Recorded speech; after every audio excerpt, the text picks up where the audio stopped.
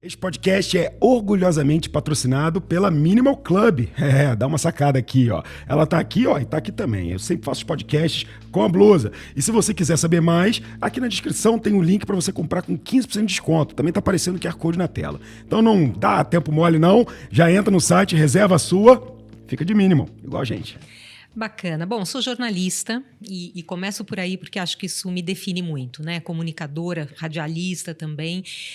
Trabalhei em rádio, trabalhei em revista, fui uma das primeiras locutoras da Alfa FM, trabalhei, enfim, uma série de lados da comunicação, até para pegar esse jogo de cintura que o comunicador tem que ter, mas rapidamente me apaixonei pelo meio corporativo, né? Fiz comunicação empresarial também e acabei entrando numa carreira executiva que foram mais de 25 anos aí trabalhando com comunicação, com sustentabilidade, investimento social privado. E como que sustentabilidade entra nessa história, né? Eu comecei ali no Bank Boston como diretora de comunicação, assumi algumas áreas de RH e no final dos anos 2000, e olha que eu estou falando de 2 décadas atrás, nem tinha a palavra sustentabilidade.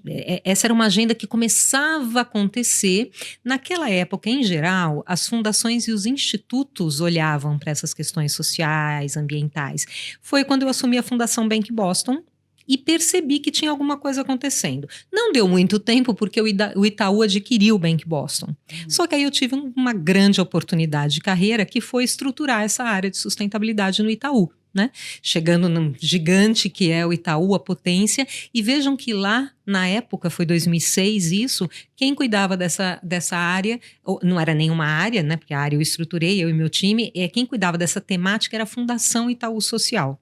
Então, eu tive a oportunidade de estar no nascimento dessas discussões no Brasil sobre social e ambiental impactando aí o negócio, né?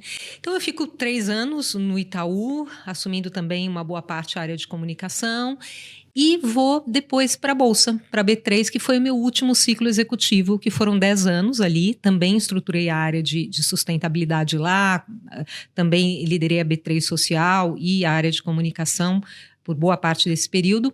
E nesses 10 anos, no coração do mercado de capitais, né? Então é muito interessante o poder de fomento de todas essas questões nas empresas listadas, fechadas, no ecossistema, né, brasileiro. E nesses 10 anos também, que foi uma experiência incrível, eu presidi o Conselho Deliberativo do ISE, que é o Índice de Sustentabilidade Empresarial, né, que é o índice que os investidores usam ali para calibrar e investir em empresas que tenham essa agenda. Então, uma trajetória longa como executiva, também com uma participação forte na ONU, né? Em 2016, eu tive a honra de ter sido reconhecida pelo Pacto Global Mundial como uma das 10 pessoas do mundo que trabalham pelo avanço dos ODS, os Objetivos de Desenvolvimento Sustentável. Foi um momento muito importante na minha vida, né? Claro, na minha carreira também, mas eu acho que mais na vida, sabe? Porque você recebeu um título de pioneira, assim, você repensa muito, sabe? Repensa, não é nem a palavra, você pensa sobre você, sobre o seu propósito, né? Sobre a sua missão, de por que você está aqui. E em 2020 faço uma migração de carreira, né? 2020, depois de 10 anos de bolsa, passando por fusão, compra, etc., eu me torno conselheira, né? Quer dizer, já vinha me preparando para esse momento. E desde então eu tenho assim uma série de atividades em torno sempre dessa temática de sustentabilidade. Os conselhos e comitês que eu participo, tenho algumas instituições onde eu atuo pro bono, que eu digo que é onde eu devolvo e me alimento, né, do setor. Então, estou na Brasil Foundation, estou no Ecos Brasil, agora no Elas Lideram também. E uma terceira ponta que eu chamo de conhecimento, que são as colunas, Valor Invest, Nova Brasil, palestras, dou muita palestra de engajamento, porque essa é uma atividade, uma área, um mundo que ainda precisa de muita comunicação, muito conhecimento, né? Que tal de ESG, né? O que é isso? Então, também dou muita palestra e, enfim, livros, né? Como você disse, Cris, eu sistematizei aí essa experiência toda no Vivi para Ver, né?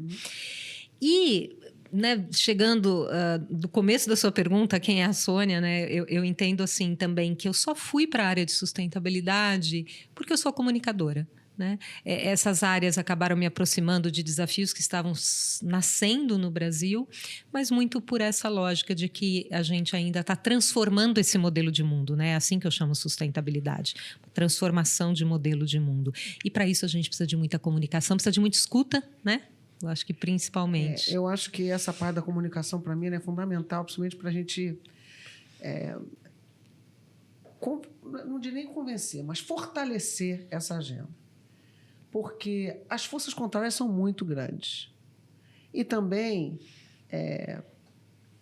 você também lutar contra uma desqualificação que existe e uma tentativa corrente de desqualificar a agenda ESG. Essas letrinhas, não é? Você percebe a forma com que as pessoas falam. Então, eu fico pensando, você dando palestra, você justamente uma comunicadora, como é que você faz para que, no ambiente onde te convidam, isso não fique assim...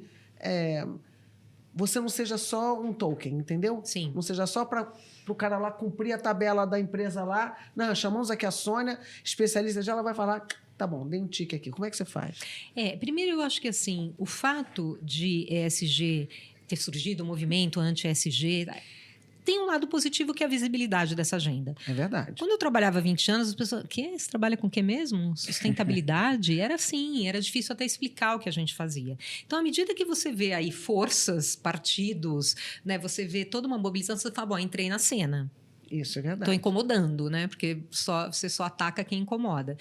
Então, primeiro, eu acho que tem um contorno bom, né? Tem um contorno bom. O segundo ponto, Cris, David, assim, o Brasil e as empresas brasileiras, que é onde eu trafego, o setor privado brasileiro, é muito engajado nessa agenda. E não é de hoje, né? Eu falo isso sempre porque, às vezes, a gente tem aquela síndrome, né, de vira-lata. Vamos ver o que está acontecendo lá fora para trazer, vamos levar o que a gente está fazendo aqui para fora, porque a gente tem muita liderança e tem muita prática interessante. Então, hoje, se eu te falar assim, a conscientização sobre essa temática cresceu tanto, e eu já vou trazer na minha visão por quê, que são muito poucas as empresas que me... Aliás, eu não tenho empresa que me procura para cumprir tabela. De verdade, falo isso com tranquilidade. O que existe é empresas mais avançadas, mais conscientes, empresas que já conseguiram levar o tema para conselho de administração, empresa que já está trabalhando estrategicamente nos seus planos de negócio, e aquelas que ainda estão tentando achar de que forma fazer Mas isso. estão genuinamente querendo achar. Sem dúvida. E o genuinamente também é interessante porque, assim, o que move um objetivo de negócio, que é o ideal, que a gente fala, essa agenda tem que estar no negócio, porque ela é negócio. Perfeito. Não, move um posicionamento de marca, porque... Perfeito. Também faz parte do posicionamento de negócio, que é o branding, também faz parte percepção do de posicionamento valor, de tudo. Exatamente isso. Então, assim, o genuíno depende muito... de onde ela parte, né? Mas eu tenho cá para mim assim, venha por onde vier, né? Que venha. Eu até tenho uma frase que eu uso assim, né? Que eu entendo que essa agenda entra nas empresas, nos governos, na nossa vida, por 3 caminhos: amor, dor e inteligência. Então, assim, amor é aqueles que já estão conscientes disso, entendo que essa é uma agenda relevante, quero fazer uma diferença, vou implementar, vou trazer. A dor é a perda, né? E a gente tem visto muitas empresas perdendo imagem, reputação, dinheiro, valor em bolsa por uma crise ambiental, uma crise social. Então, assim, a empresa pode nem acreditar naquilo, mas ela não quer passar por aquilo de novo. Ela vai pôr alguém para cuidar. Aí o genuíno vai ser construído à medida que ela perceber o valor, né? E a inteligência é perceber que é para lá que o mundo vai. Né? Eu tenho percebido movimentos do genuíno, usando aqui a sua descrição dos blocos, de forma natural, acontece, eles fazem, mas não tem consciência que está agrupado no ESG. Ou seja, tem algum papel social já recorrente, algum papel de environment, né, de ambiente ou econômico ali, mas não tem aquela associação. Preciso ter uma agenda estruturada, específica, alguém olhando para isso, reportar isso. E eu queria te ouvir um pouquinho. Normalmente a gente olha para essa agenda para grandes empresas com capital aberto em bolsa. O que a gente tem percebido de ações organizadas para as pequenas e médias, que hoje são mais de 80% das empresas do país? Sim.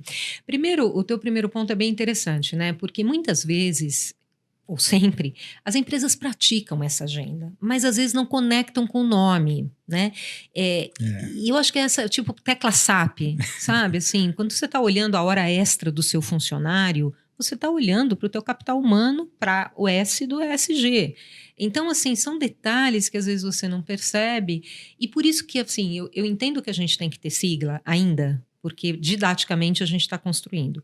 Mas o ideal é ir para lá que a gente caminha e trabalha, é que a gente não precise mais usar nome, sigla, porque questões sociais, ambientais e de governança vão estar naturalmente ali discutidas como qualidade. Lembram há 2 décadas quando a gente teve a ISO 9000, os movimentos de qualidade 14, total, 21. 14, 21... Hoje, as empresas tinham áreas de 100 pessoas, né? E de qualidade, a área chamava qualidade total, eu lembro bem. Isso some ao longo do tempo porque se torna um atributo. Ficou intrínseco. Exatamente, ficou intrínseco, se torna um atributo. Então, assim, a construção do ESG é um pouco mais complexa, por óbvio, e leva mais tempo. Mas então, é isso. Eu acho que as empresas precisam ter um apoio, uma assessoria para entender o que ela está fazendo, conectar todas essas agendas e, claro, aí fazer um trabalho mais aprofundado e desenvolver tudo que é necessário. E quando a gente vai para o mundo das pequenas e médias, essa é uma ótima pergunta, porque tem um pouco essa visão de que isso é só para grande empresa. E o que eu trago e falo nas minhas palestras e aulas é assim: se a gente entender que essa agenda é uma questão de visão estratégica, se a gente olhar dessa perspectiva que entendi que meio ambiente virou risco, olha as tragédias que a gente está olhando, entendi que social virou risco, e oportunidade também, mas vai pelo risco que esse não tem dúvida, né? Entendi que eu tenho que refletir isso na minha empresa. Isso vale para a empresa de uma pessoa, uma multinacional. Não, isso vale para todo mundo. para todo mundo. E aí eu sempre trago, quando a gente fala no mundo das PMEs, o Centro Sebrae de Sustentabilidade, né? É um centro físico em Cuiabá e é um site que tem um monte de case, sabe? Exemplo de como essas pequenas e médias empresas estão incorporando. É claro que tem um desafio maior, às vezes de estrutura, de equipe, né? Aquela coisa que você tem que fechar a conta no fim do mês, talvez de forma mais, mais desafiadora de que empresas maiores, mas tem muita coisa acontecendo. E é interessante porque as pequenas e médias, elas começam pelo social, gerando emprego, oportunidade, desenvolvimento da comunidade local. Uhum. Depois ela começa a trabalhar a governança inconscientemente, e é muito boa essa sua explicação, porque muitos já fazem isso inconscientemente. Exato. E depois governança, e eles começam a trabalhar os outros aspectos. Mas esse ponto da Sônia, de você trazer isso para sua matriz de risco e atrelar isso ao seu planejamento estratégico é fundamental. É isso. Então, assim, aí quando a empresa enxerga que desigualdade é risco para ela, quando ela enxerga que mudança climática é risco para ela, quando ela enxerga que uma falta de governança e de gestão interna é risco para ela. Pronto. Aí ela começa a trazer isso e aí ela coloca isso no planejamento estratégico. Já o conselho dessa pequena empresa, mesmo que seja um conselho consultivo, já vai acompanhar esse planejamento, as coisas começam a fazer mais sentido. E aí sim fica fácil de você trazer a empresa toda para essa agenda. Porque você está trazendo de cima para baixo, no bom sentido, né, do estratégico. E aí eu sempre faço essa seguinte reflexão, né? Quando a gente abre espaço na nossa agenda para alguma coisa? Quando é que você... Por que eu estou aqui hoje? Porque isso é importante para mim. Porque eu vi valor. Não é diferente nas empresas. Um presidente, uma presidente só vai abrir espaço a hora que entender o valor, o risco, a oportunidade. Por isso que a gente volta na comunicação, no letramento. Porque se ele ou ela não entenderem, vai continuar sendo, toca aí essa agenda, tá tudo bem, a gente vai fazer negócio aqui, né? Então, o entendimento do risco, e o risco é onde a gente entra mais facilmente, porque está dado, não precisa ir muito longe. E as oportunidades também, né? O mercado está se mobilizando, a gente tem apetite para emissão de títulos, né, relacionados a essa agenda, então tem muita coisa acontecendo. Você sabe, Sônia, uma conexão que eu faço? Eu venho da área operacional de óleo e gás. Então, segurança, para mim, sempre foi um ponto muito importante. Só que no início, lá atrás, a segurança era de um setor. Fazia sentido a segurança ser de um setor, assim como também não fazia sentido a qualidade ser de um setor. Então, enquanto a segurança não foi entendida por todos, a segurança dos processos que estariam sob a responsabilidade daqueles vários setores operacionais, enquanto não conectou essa agenda na integridade, na manutenção, não, ela não andou.